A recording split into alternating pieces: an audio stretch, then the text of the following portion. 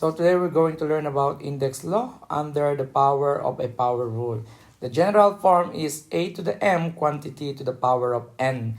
And that is a m times n. So you have to multiply m and n. That is equal to a, and m times n is mn. So for example, if you have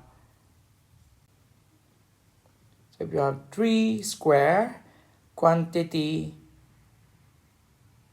to the power of 5. So this is the same as 2 times 5.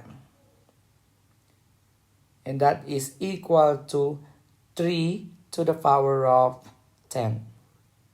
And that is the answer.